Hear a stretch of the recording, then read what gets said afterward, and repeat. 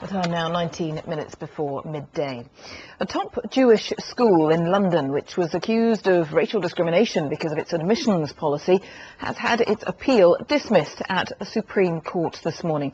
The majority of the court, it was a slim margin, 5-4, found that the admission policy at JFS school does discriminate in favour of pupils that it considers to be ethnically Jewish. Let's get reaction to that Supreme Court ruling. Dr. Simon Hochhauser joins me, President of the United Hebrew Synagogue. Hello and good morning to you. What are your thoughts following that decision from the Supreme Court? Well, good morning. We are very disappointed, obviously, with the decision, and as you say, a very slim majority of 5-4. What is a very complex decision, but of course, for us, for the school, for the community, this is a great disappointment.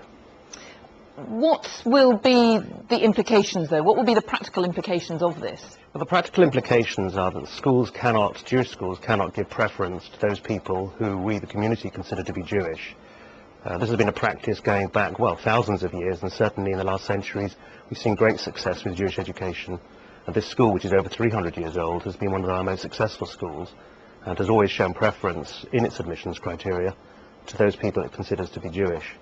But the Supreme Court has now judged is that test of Jewish status cannot be used as the basis for admissions to both JFS and indeed to all our other schools.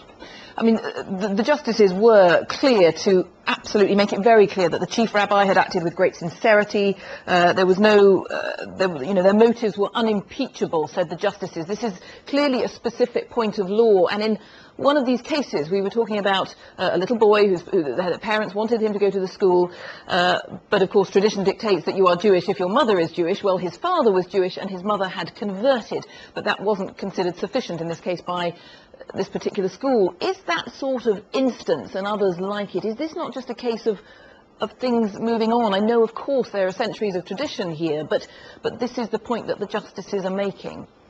No, I don't think that is the point the justices are making. Things do move on, but there are doctrinal differences within the Jewish religion, as there are indeed in other religions. The question here, though, is not the question of the differences in conversion, because the judgment of the Supreme Court affects all branches of Judaism. Whilst one has great sympathy for any child who is rejected from a school, and we must remember, we're talking about a school that is heavily oversubscribed because of its success. And many children cannot find a place at the school, and we are sorry for all children, for all reasons, that cannot find places at our schools. But I do not think this is simply a matter of life moving on. I think this is a question which the judges themselves, both those that were opposed, the dissenting judges, 4 of those, and indeed 4 of the 5 in the majority have said is probably a defect in law. So this may yet go on to be considered. I appreciate this is the end of this specific case, but it has started a debate, do you feel? I think it's certainly started a debate, and the school and indeed the community have reached probably the end of the legal road as far as the way the current law is enshrined in the UK. But as the judges have pointed out, there may be possibilities for looking for legislative change, and indeed Baroness Hale, although on the majority side in this particular case, helpfully suggested that within the Equalities Bill currently going through Parliament, a debate may be had as to how to redress what is clearly a defect in the law.